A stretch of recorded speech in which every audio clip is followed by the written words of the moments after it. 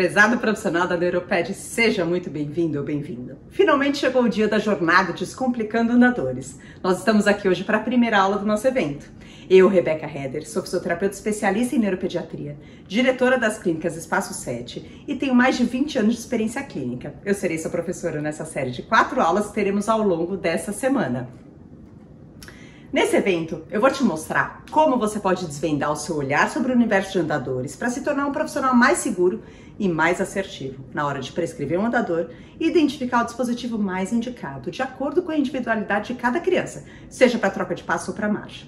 Mesmo que você não tenha conhecimento nenhum nesse universo dos andadores ou que você esteja começando a atuar agora na Neuroped. Pode ser até que essa segurança pareça muito distante para você nesse momento, ou você pode simplesmente nem acreditar que é possível. Mas eu posso te afirmar que desvendar esse universo de andadores e as estratégias terapêuticas desse dispositivo vai transformar sua prática clínica, o seu raciocínio, para que você se torne um profissional mais seguro e assertivo na hora de prescrever um andador. Então me deu muito mais segurança para passar ali um modelo X para a família, com todos os acessórios, pensando que aquele investimento tem muito mais chance de ser realmente efetivo, né? Da criança realmente conseguir aproveitar e utilizar aquele modelo, aquele andador. Me trouxe mais segurança na prescrição, na minha prática clínica, assim como me sinto mais segura na montagem e regulagem, podendo auxiliar a família na aquisição e na mudança de tamanho durante o crescimento das crianças e dos adolescentes. Me acrescentou muito na minha prática clínica, me deixou com mais segurança para poder fazer as prescrições, experimentar as possibilidades de andadores. Eu me tornei uma profissional mais segura e mais assertiva na hora de prescrever um andador. Identificar e prescrever com precisão qual é o equipamento mais indicado para cada criança, seja para troca de passos ou para marcha, não tem preço. E hoje eu me sinto bem mais preparada para prescrever, bem mais preparada para quando os pais trazem essa demanda, poder indicar um andador mais ideal para essa criança e os recursos que esse andador disponibiliza para essa criança. Eu percebo uma diferença muito positiva no meu raciocínio clínico, tanto em relação a qual a melhor marca e o melhor modelo de andador prescrever para esse meu paciente, quanto em relação a pensar em estratégias e ajustes necessários nesse andador para proporcionar uma melhor participação com o melhor alinhamento possível desse paciente durante essa tarefa. Não sei se você que está assistindo essa aula me acompanha há mais tempo ou se você me conheceu agora, mas os profissionais que já me acompanham lá no meu Instagram ou no Instagram da clínica gostam muito de ver o que eu compartilho nas redes sobre os pacientes, sobre a estrutura das minhas clínicas, os acessórios e toda a brincadeira que a gente faz por lá. Contudo, eu quero te dizer que nem sempre foi assim. Muita coisa aconteceu até chegar ao que eu tenho de estrutura hoje. E eu quero te contar sobre isso, porque essa história conecta muito com a aula de hoje, onde vamos falar dos dispositivos auxiliares de marcha. Sempre gostei muito de criança e desde que eu me formei, a possibilidade de trabalhar com as crianças sempre me fascinou. Ser uma mediadora do brincar, do gerar movimento para as crianças é a minha missão de vida. E nessa jornada, desde esse comecinho de faculdade, a gente começa com muito do básico. Aqui começam viagens, começam congressos. Ali foi meu primeiro congresso internacional, apresentação de trabalho com algumas pesquisas que associem a minha prática clínica com embasamento científico, tanto apresentando trabalhos quanto assistindo aulas. Congressos nacionais e internacionais foram construindo a profissional que eu sou hoje. Agora, um pouco mais do que vem nessa história, essa é a minha salinha. Nessa sala, no início da minha carreira, por 7 anos, eu atendi os meus pacientes em uma única sala, na Clínica Nutri. Aquele era o meu espaço de trabalho, dividido com a minha colega Karina. Mas eu sempre tive um lema: fazer o meu melhor com as condições que eu tinha. Ainda que eu não tivesse uma infinidade de equipamentos e não tivesse a estrutura que eu considerava melhor, eu trazia e buscava o melhor dentro das condições que eu tinha. Nessa jornada toda, a minha primeira salinha foi essa daqui da Espaço 7, dentro da primeira unidade da Espaço 7, lá em 2009. E nessa salinha não se compara a estrutura que nós temos hoje na clínica, mas a profissional que eu era, com a vontade de trazer sempre o melhor, de me atualizar, isso não mudou e não muda até hoje. Mesmo depois de 20 anos de atuação, eu continuo buscando o que eu quero de melhor para os meus pacientes e para a minha atuação. Então essas estruturas que a gente foi construindo, né? Eu era uma criança nessa época, atuava também com a ecoterapia. Essa estrutura, eu pude perceber na minha prática clínica que as crianças, especialmente as mais graves, tinham poucas oportunidades de estar em movimento. E foi isso que me motivou a buscar soluções, respaldo científico e ter a tecnologia como uma aliada para essas crianças. Foi dessa forma que eu comecei a desvendar o universo de andadores. A gente sai da faculdade com muito do básico. E esse básico não é suficiente para a nossa atuação. São viagens, são congressos, foi por meio de visitas internacionais e nacionais em outras clínicas que eu pude realmente agregar o que eu tenho de conhecimento hoje para a minha prática. E esse compilado de informações vem trazendo essa experiência. Eu recebo hoje solicitação de atendimento e encaminhamento de colegas de praticamente todo o Brasil. E isso me levou a refletir e pensar: como que eu posso ajudar mais famílias e pacientes a se beneficiarem desse conhecimento? Ajudar mais colegas se beneficiando desse conhecimento? Nem que eu quisesse, eu teria como atender a tantas solicitações. E é por isso que mais colegas precisam obter esse conhecimento. Precisam se tornar profissionais seguros e assertivos, não só na hora de prescrever andadores, mas também em realizar seus atendimentos, elaborar planos de tratamento e estratégias de treino de marcha com dispositivos auxiliares de marcha. É para ir além da prescrição, é saber como elaborar o raciocínio clínico. Mais profissionais precisam se libertar de velhas crenças, do medo do julgamento de outros colegas na sua cidade ou na sua região. É a partir do conhecimento que isso acontece. Por isso, eu decidi compartilhar esse conhecimento. O fato de eu ter desbravado esse conhecimento, ido atrás, feito viagens, ido atrás de respaldo científico, mudou minha vida profissional. Me fez crescer e evoluir e me tornar uma das maiores referências na área. E hoje, o que eu quero trazer para vocês é justamente essa oportunidade. É para isso que a gente está aqui. Para que você tenha a oportunidade de saber onde encontrar esse conhecimento para ampliar a sua prática clínica. O que você oferece para os seus pacientes e também ampliar os resultados que eles obtêm. Nesse evento, você vai aprender como chegar até esse conhecimento, porque ele é tão importante para a sua carreira, como se tornar um profissional mais seguro e mais assertivo na hora de prescrever um andador e identificar o melhor dispositivo e mais indicado para essa criança, de acordo com a sua individualidade, seja para troca de passos ou para marcha. E o tema da nossa primeira aula da jornada é como identificar para quem indicar o treino de marcha, quais os recursos possíveis para facilitar a mobilidade dos seus pacientes. Vamos lá, o que a gente vai ter nessa aula de hoje? A gente vai abordar quem pode treinar marcha. Afinal de contas, para quem é o treino de marcha? É somente para os níveis de MFCS 1, 2 e 3? Ou as crianças mais graves também se beneficiam disso? A gente vai discutir isso. E aí, qual é o momento de indicar o andador? É pela idade? É pelo momento terapêutico? É pela criança já ficar em pé sozinha? A gente vai falar sobre isso e, além disso, quais opções de andadores existem para as crianças mais graves? A gente está desde 1980 com diversas opções de andadores surgindo no mercado. Isso que eu vou mostrar para vocês, essa tecnologia a favor. Como, onde e quanto tempo usar um andador. Esses são alguns tópicos que é o caminho que a gente vai conversar nessa aula. Então essa aula ela não é sobre métodos, ela não é sobre técnicas, ela não é sobre equipamentos. Eu falo sobre equipamentos. Eu utilizo na minha prática uma caixa de ferramentas nas minhas abordagens. Então eu tenho diversas formações nesses 20 anos, não é só a faculdade que traz a gente para a prática clínica, para a expertise clínica. São diversos cursos e formações onde a gente vai filtrando, peneirando e assimilando o que tem de melhor para aquele momento, para aquele paciente, para aquele contexto.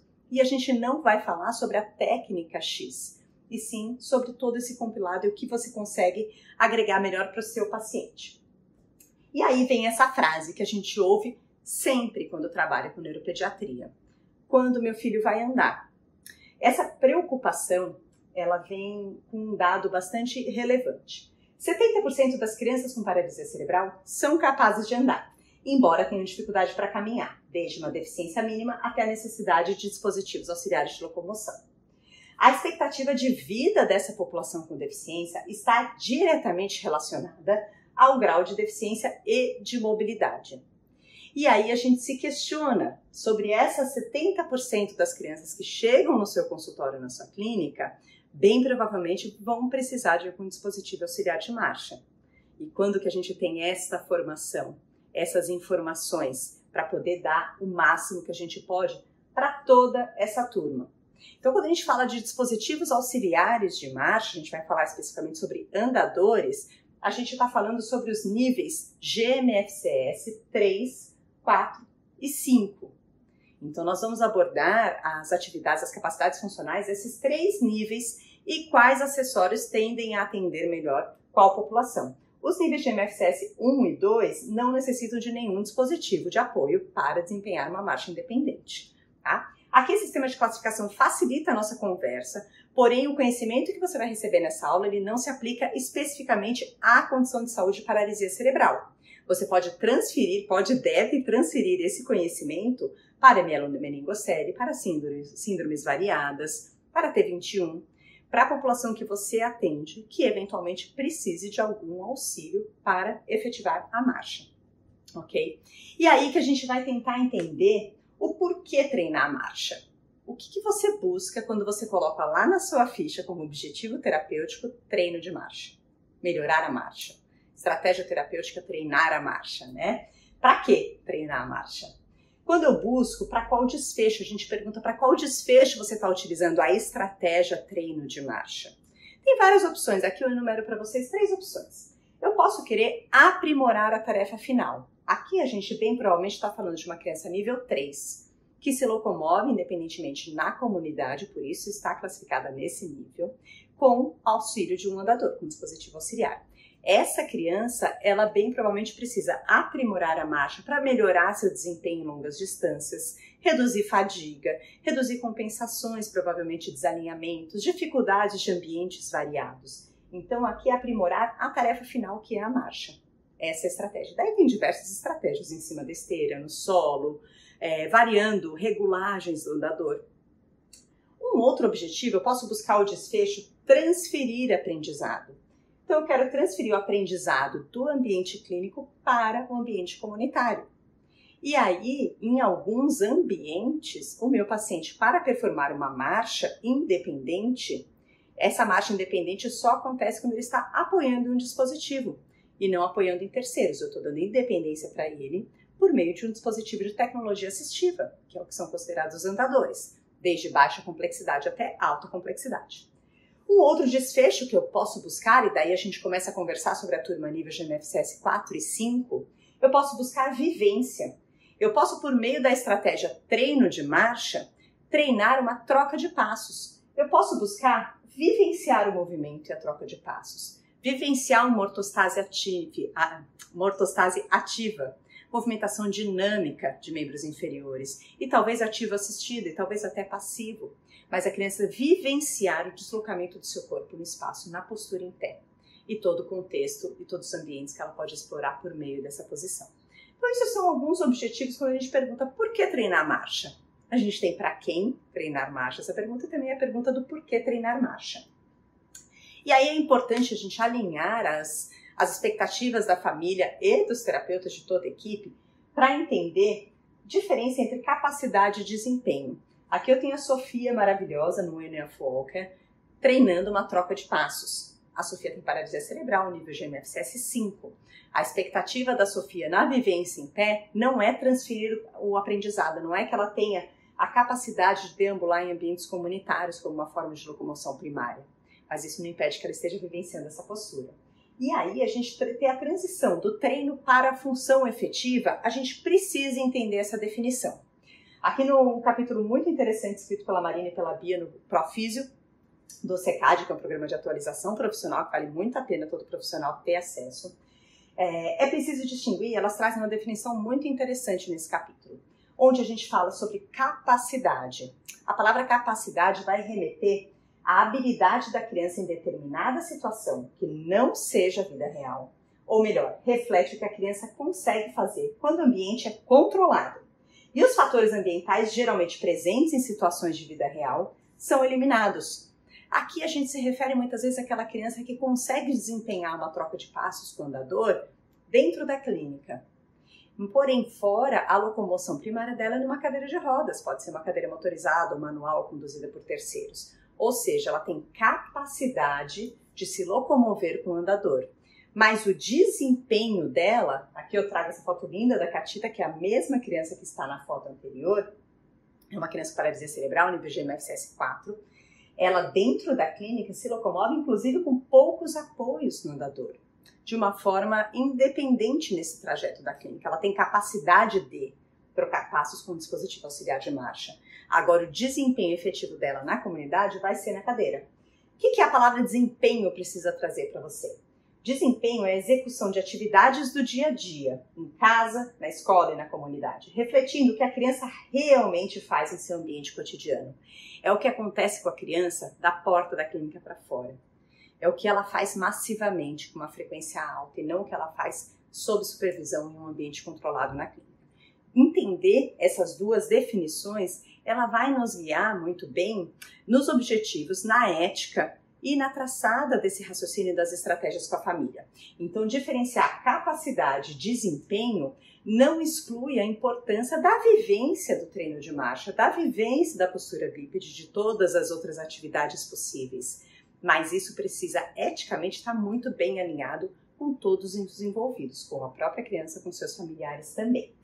Então se lembre que, a gente vai falar de andadores, a gente está falando sobre andadores, todas essas aulas vai ser sobre isso, mas é muito, muito importante a gente se lembrar que qualquer dispositivo de mobilidade, existem várias formas de locomoção, não somente a marcha, todos os dispositivos de mobilidade só podem ser considerados realmente funcionais se permitirem que a criança se mova de maneira eficiente, que seja capaz de manter a mesma velocidade sem esforço exagerado e que tenha acesso às mesmas atividades, aos mesmos ambientes que seus pares. Para isso, é preciso avaliar se o desempenho com cada dispositivo e em cada ambiente. E ele pode mudar. Eu quero que a minha criança tenha efetivamente uma participação na escola, por exemplo. É uma criança que ela é funcional, ela desempenha a marcha independente com o andador na escola, sem cansaços excessivos?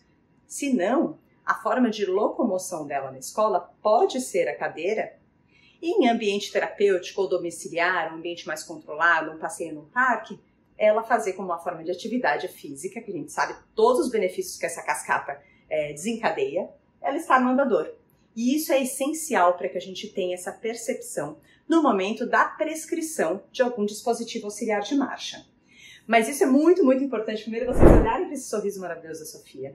E essa frase que uma vez um pai comentou num post meu do Instagram, eu acho que é uma das frases mais bonitas e que reflete o que a gente conversa sobre a necessidade das crianças níveis 4 e 5 vivenciarem a marcha, mesmo que não seja o objetivo final, a transferência do aprendizado para a locomoção. Então a seguinte frase: talvez eu nunca consiga voar, porém saltar de paraquedas não deixa de ser uma boa e satisfatória sensação.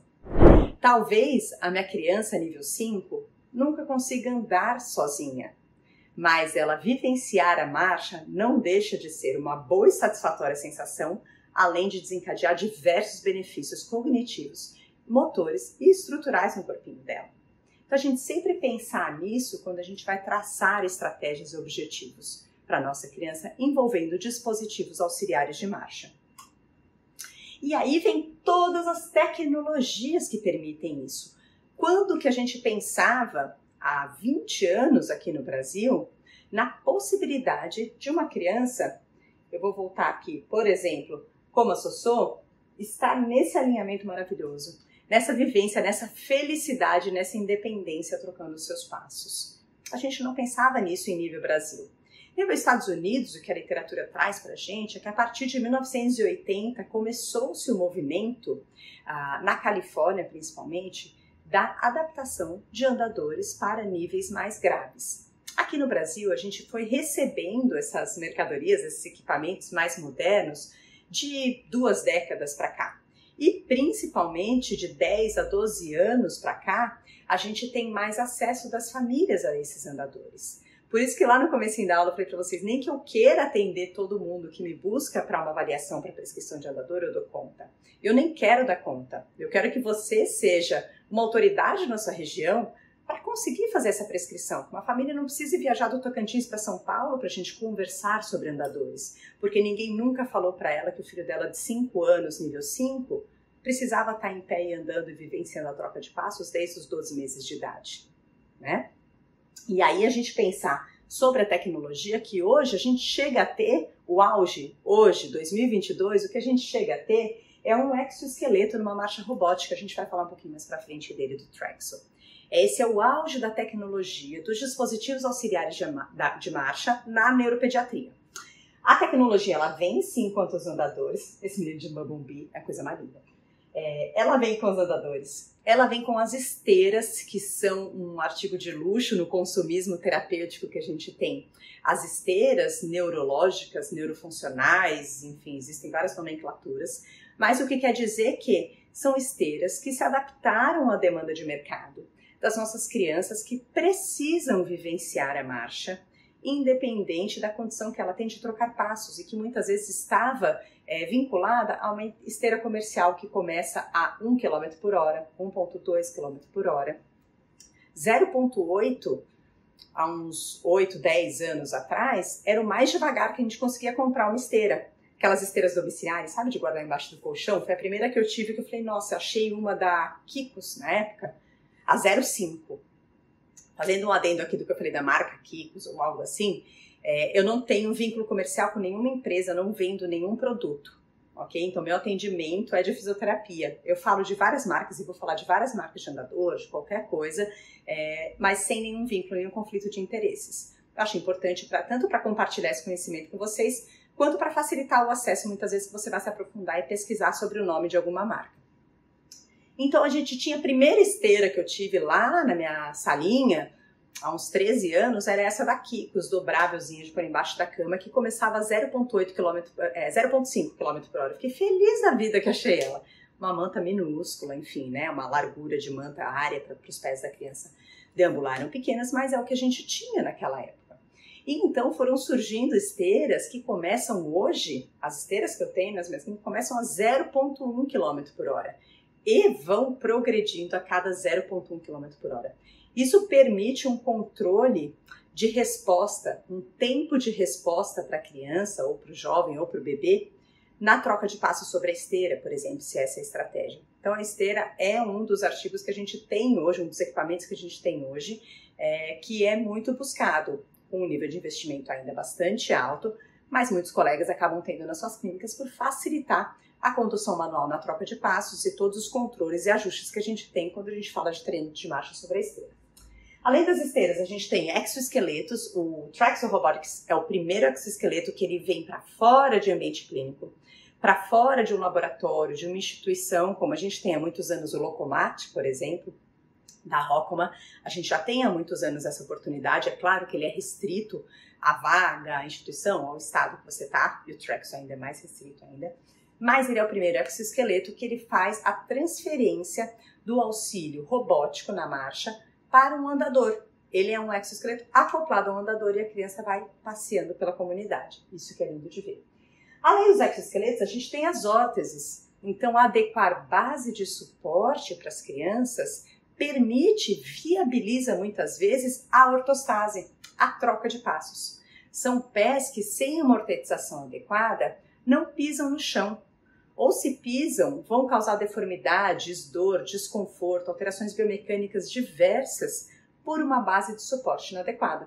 Então, a viabilidade de órteses adequadas, a ortetização adequada, principalmente quando a gente fala de AFOS, ela permite que as crianças consigam desempenhar melhor a marcha e a ortostase. E a tecnologia assistiva de várias formas. Quando a gente está falando também dos pacientes graves, a gente está falando de dispositivos que auxiliam o controle de cabeça, que a gente vai ver mais para frente nessa aula. Então, por que eu digo que todas as crianças podem e devem vivenciar a troca de passos num andador? É porque existem várias formas de você posicionar adequadamente essa criança. Aqui falando do Traxo, então vamos para a ponta de linha da tecnologia. O Traxo é esse exoesqueleto acoplado a um andador, que no caso até hoje, né, eles não lançaram uma outra possibilidade, mas até hoje a única forma dele ser acoplado é no andador Rifton Pacer dinâmico, que é o modelo novo da marca Rifton modelo Pacer. O Traxo não é da Rifton, as pessoas às vezes confundem essas marcas, mas ele foi desenvolvido para ser agregado aqui. Aqui a gente tem a Ellie linda, deixa eu botar aqui o vídeo dela. Então ela está utilizando o andador e o exoesqueleto acoplado nela. Os acessórios deste andador vão ser prescritos pelo terapeuta. E existem tamanhos, formas de se adequar e ter acesso a esse exoesqueleto. Por enquanto, ele só é vendido no Canadá, importado para os Estados Unidos. A gente já teve uma família que chegou no Brasil com ele, mas não é algo que para a América Latina chegou ainda pra gente, infelizmente. Ele custa na faixa de $40 mil. Então, não é uma coisa fácil. Ele sozinho, sem um andador. Mas ele é maravilhoso e as evidências científicas... Espera que eu pulei aqui. Vou falar do Trax de novo.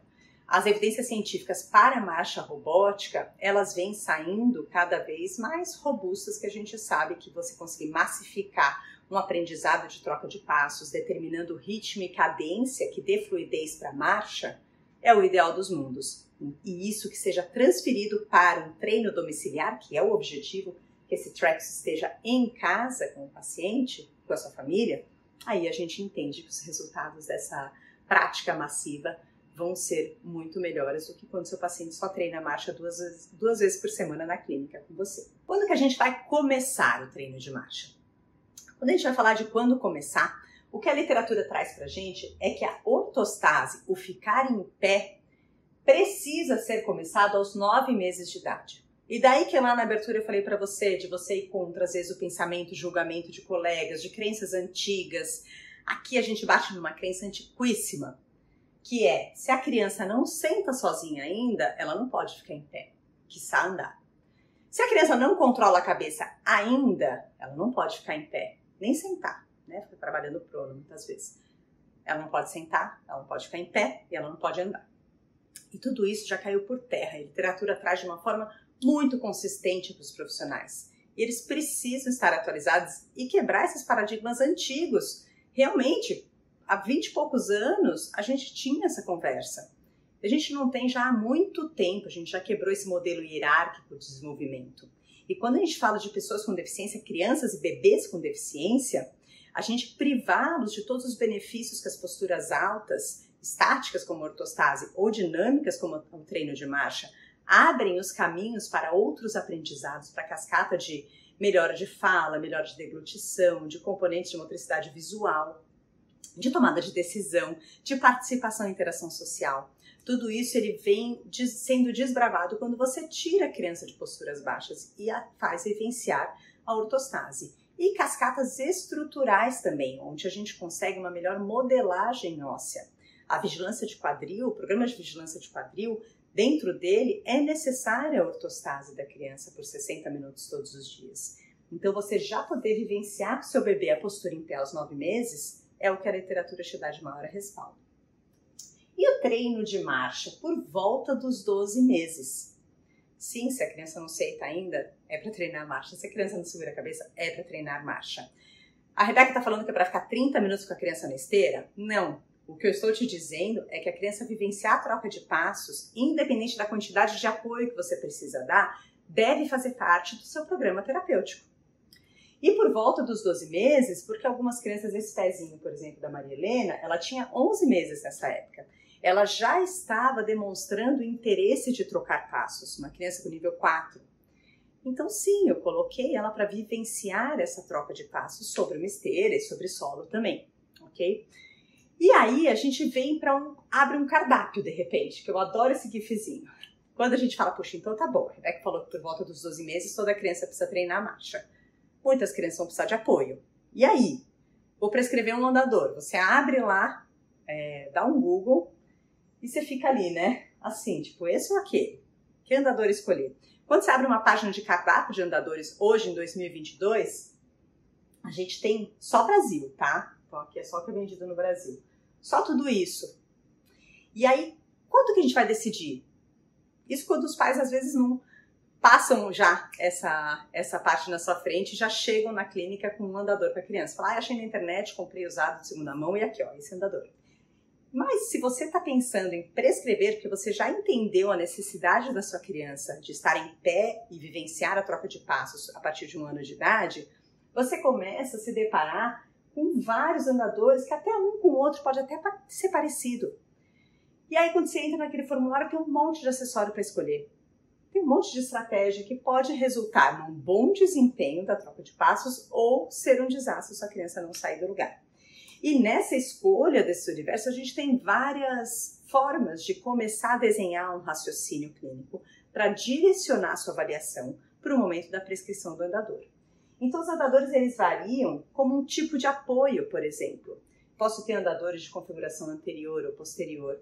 A sua criança, para deambular, para começar a trocar passos, quando a gente vai avaliar uma criança, eu começo a observar que tipo de apoio facilita ela para esse desempenho. É um apoio meu em nível torácico alto? É um apoio em nível de tronco inferior? É um apoio de mãos na condução da marcha?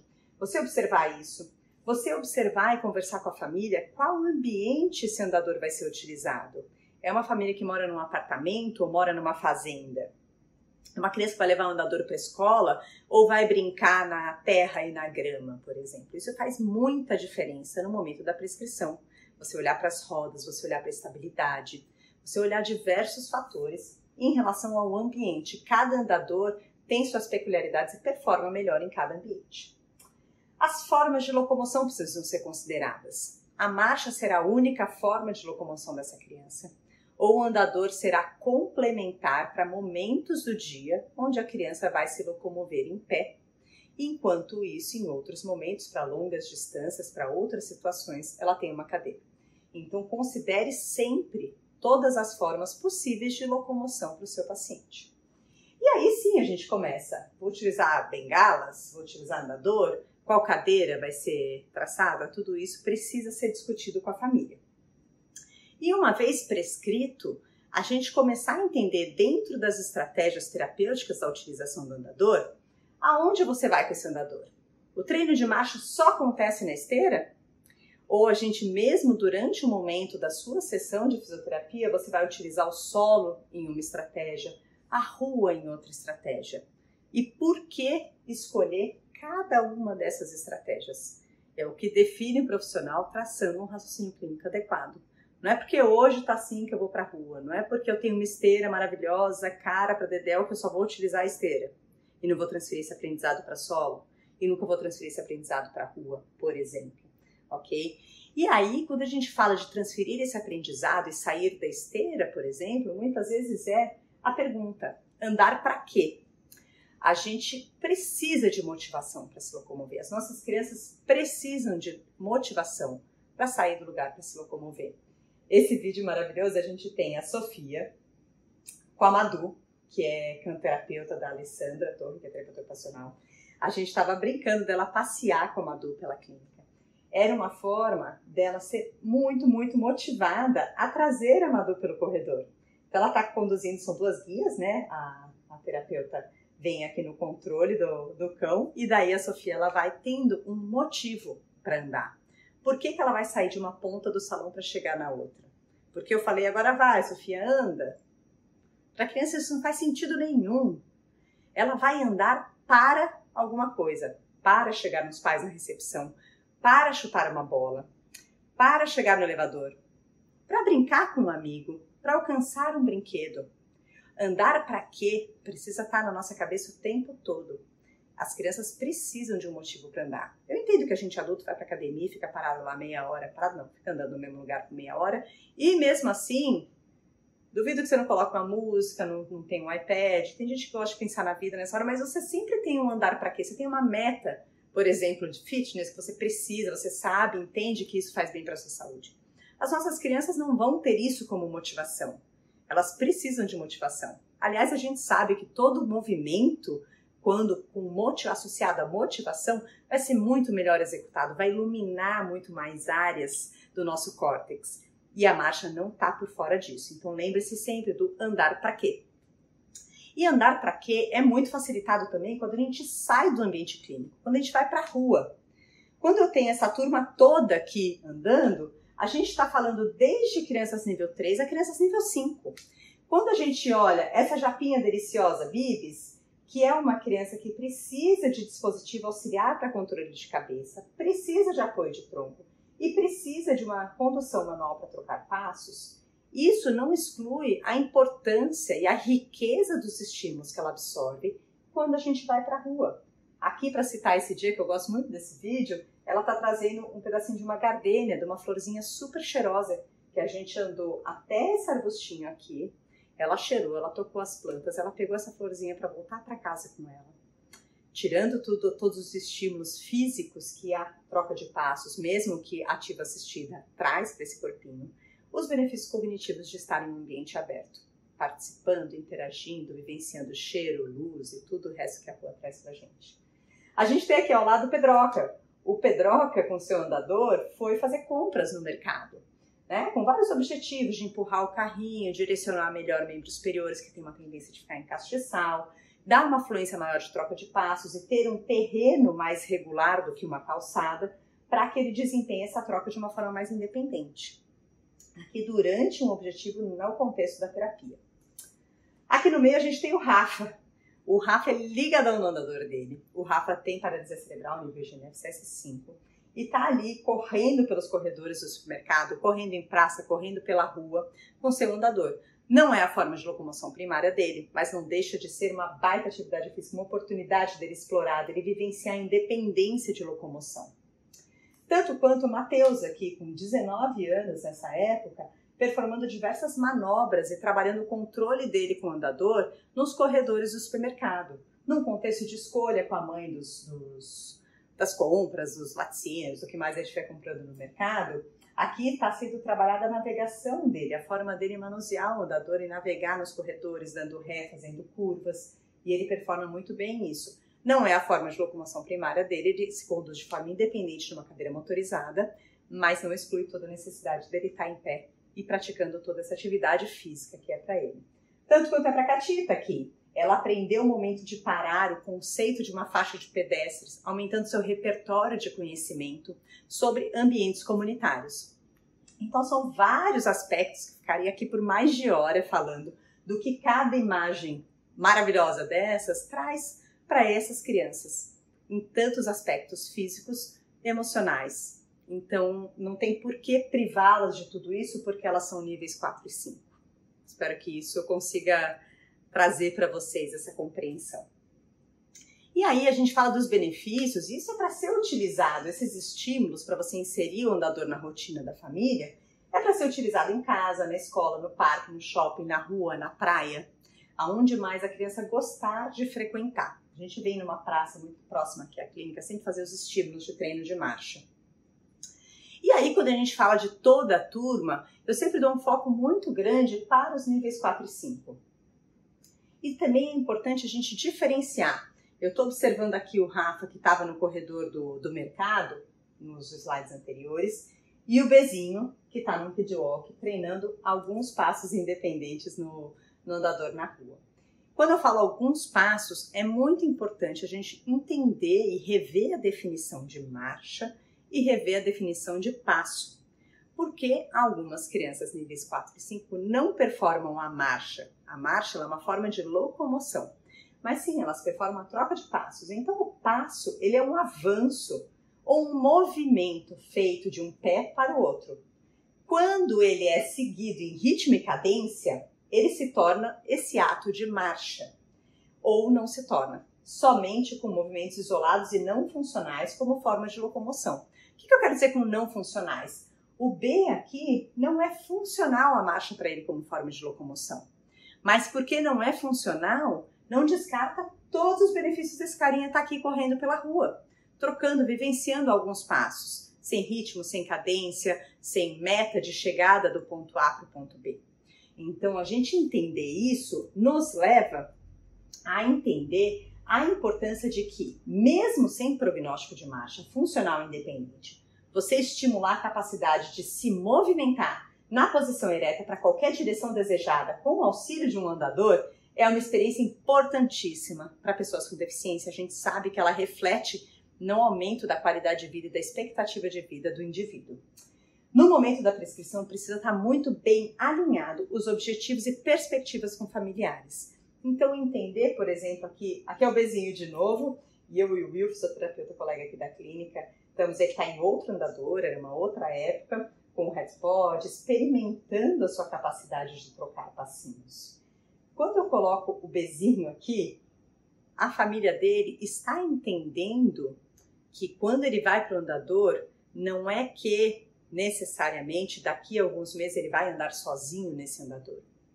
Não sei se ele vai andar sozinho nesse andador, ninguém sabe. Hoje não é o nosso objetivo. Então, entender no momento da prescrição qual o meu objetivo para essa atividade. Quando eu falo com a Charlene, mãe do B, eu converso com ela, ela já sabe que esse objetivo é para que ele vivencie, para que ele se movimente, para que ele ative a musculatura contra a gravidade. Então, tenho vários objetivos para ele e que não como tarefa final. Não hoje, não nesse momento. Como com a Helena aqui. A Helena tem algumas adaptações para vivenciar alguns momentos ativos, a maioria dos movimentos passivos, de troca de passos. Com uma baita felicidade de brincar de pega-pega. Então, isso é que mesmo sem o prognóstico funcional de marcha independente, traz diversos outros benefícios. Por isso que a gente fala dessa turma nível GMFCS 4 e 5. E a gente precisa lembrar de uma coisa muito importante. Em média, 70% dos pacientes que a gente recebe, que eu falei no começo da aula, que a gente recebe aqui na Neuroped, precisa de algum dispositivo auxiliar de marcha. E aí eu devolvo uma pergunta para você. Você está preparado e seguro para entregar o melhor para esses pacientes que te procuram? Quantos profissionais você conhece que dominam conhecimento sobre o universo de andadores? Me fala. Domina. Né? Não é que sabe que existe um andador. Né? Quem domina tudo aquilo para saber o momento, para saber o modelo, para saber tudo. Quem tem assertividade e segurança para saber quando, como e para quem prescrever adequadamente o andador. Para você ser assertivo, é uma baita responsabilidade. Eu prescrevo, às vezes, andadores que vão custar 40, 50 mil para a família.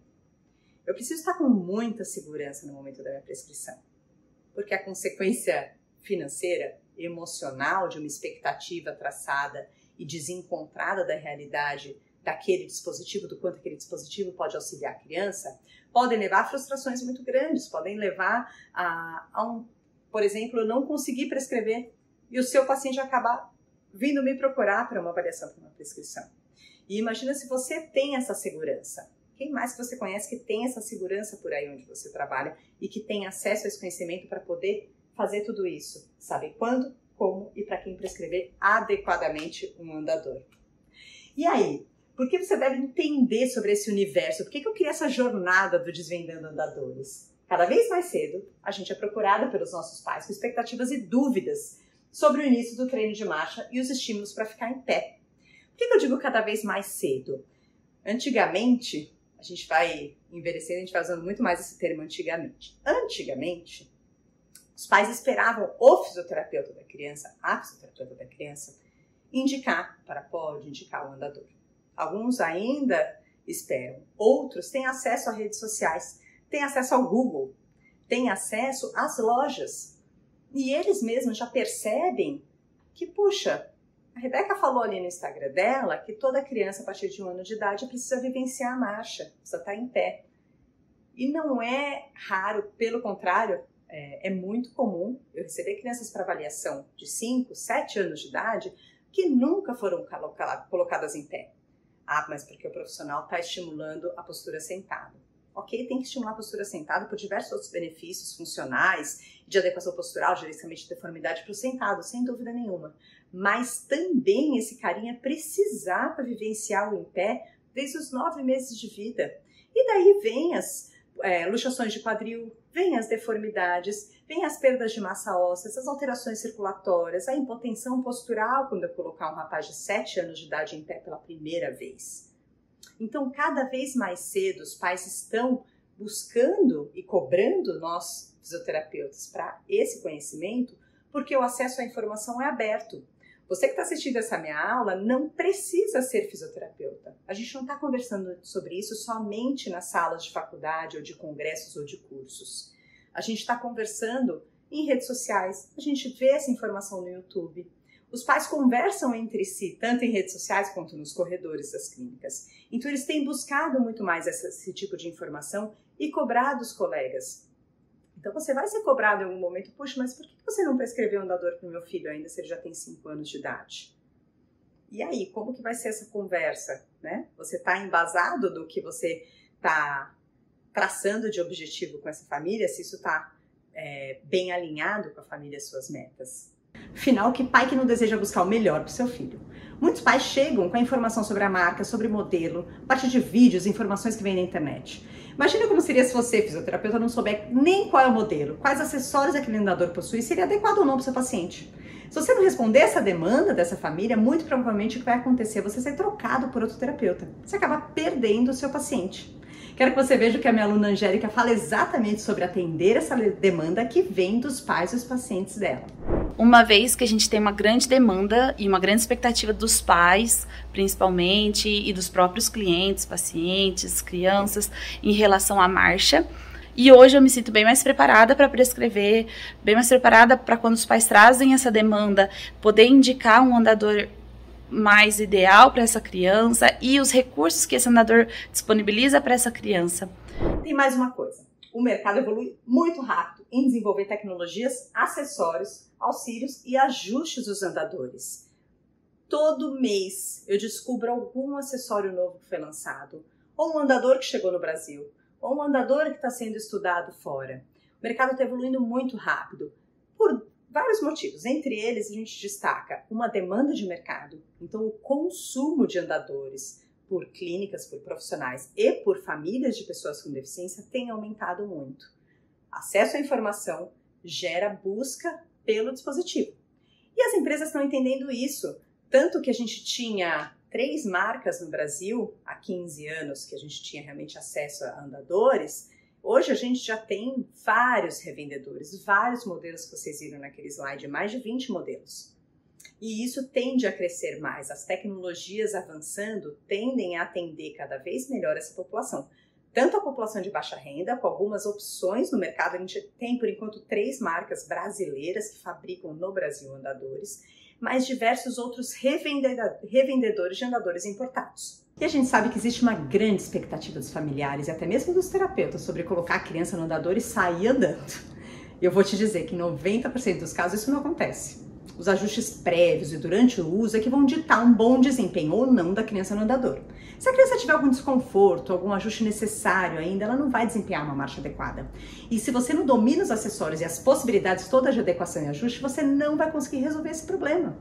A gente fica, às vezes, achando que é a criança que não está querendo andar, quando muitas vezes é o dispositivo que não está facilitando para essa criança andar. Então, e se você não domina os acessórios e as possibilidades todas de adequação e de ajustes, você não vai conseguir resolver o problema, vai continuar achando que o problema está na criança e muitas vezes está no dispositivo ou no ajuste dele. Se você atende crianças acima do nível GMFCS3, você precisa entender o universo dos andadores para saber o momento certo para a prescrição, qual dispositivo vai ser prescrito e ainda, no caso de um paciente que chega até você já com andador, por exemplo, você vai precisar entender que tipo de ajuste você pode fazer e que fazem toda a diferença no desempenho do seu paciente. Como elaborar a estratégia de intervenção com o uso do andador.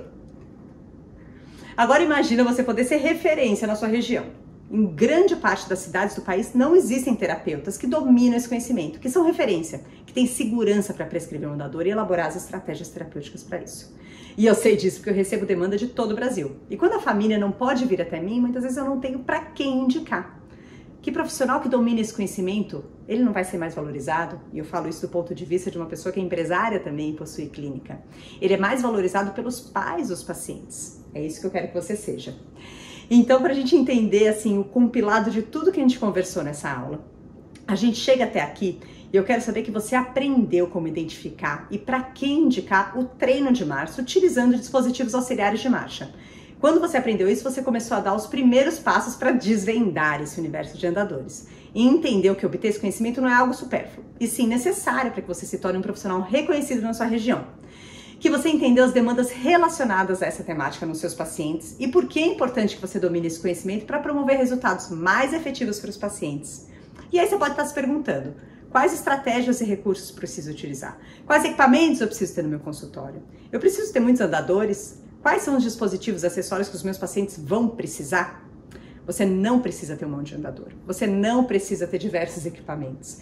que você precisa ter conhecimento sobre os andadores, sobre as variáveis deles, os acessórios, os ajustes e, sobretudo, saber elaborar o raciocínio clínico para as estratégias terapêuticas com os andadores. É sobre isso que nós vamos falar na próxima aula da jornada. Na segunda aula, que vai ser liberada na quarta-feira, dia 2 de novembro, às 8 horas, eu vou revelar para você os segredos por trás das estratégias terapêuticas com andadores na neuropediatria. E agora eu quero te pedir uma coisa. Vai até o nosso grupo exclusivo do Facebook e faz a sua publicação. Eu quero saber qual foi o maior aprendizado da aula de hoje para você. Por que esse conteúdo foi importante para você? Ao postar o seu resumo da aula de hoje lá no nosso grupo exclusivo do Facebook, você também tem a possibilidade de receber o certificado de participação desse evento. Eu quero te pedir também mais um favor. É muito importante para mim saber qual é a sua sincera opinião sobre o conteúdo dessa aula. Se você gostou, se você ficou com dúvidas, ou apenas se você quiser falar aquilo que está te fazendo refletir em algo que impactou a sua profissão neste momento.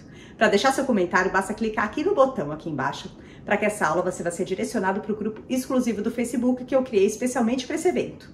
Eu e minha equipe estamos respondendo ao máximo os comentários de vocês. Então, tudo que está acontecendo durante essa semana, inclusive com algumas lives extras, vai ser enviado para você lá no grupo do Facebook, por e-mail e no grupo do WhatsApp. Por isso, fica atento a esses canais de comunicação. Assim, eu tenho certeza que você não vai perder nada do que a gente está comunicando. E eu te espero na nossa próxima aula na quarta-feira. Muito, muito obrigada. Vamos junto desvendando esse universo dos andadores e a gente se vê na aula de quarta. Obrigada, pessoal!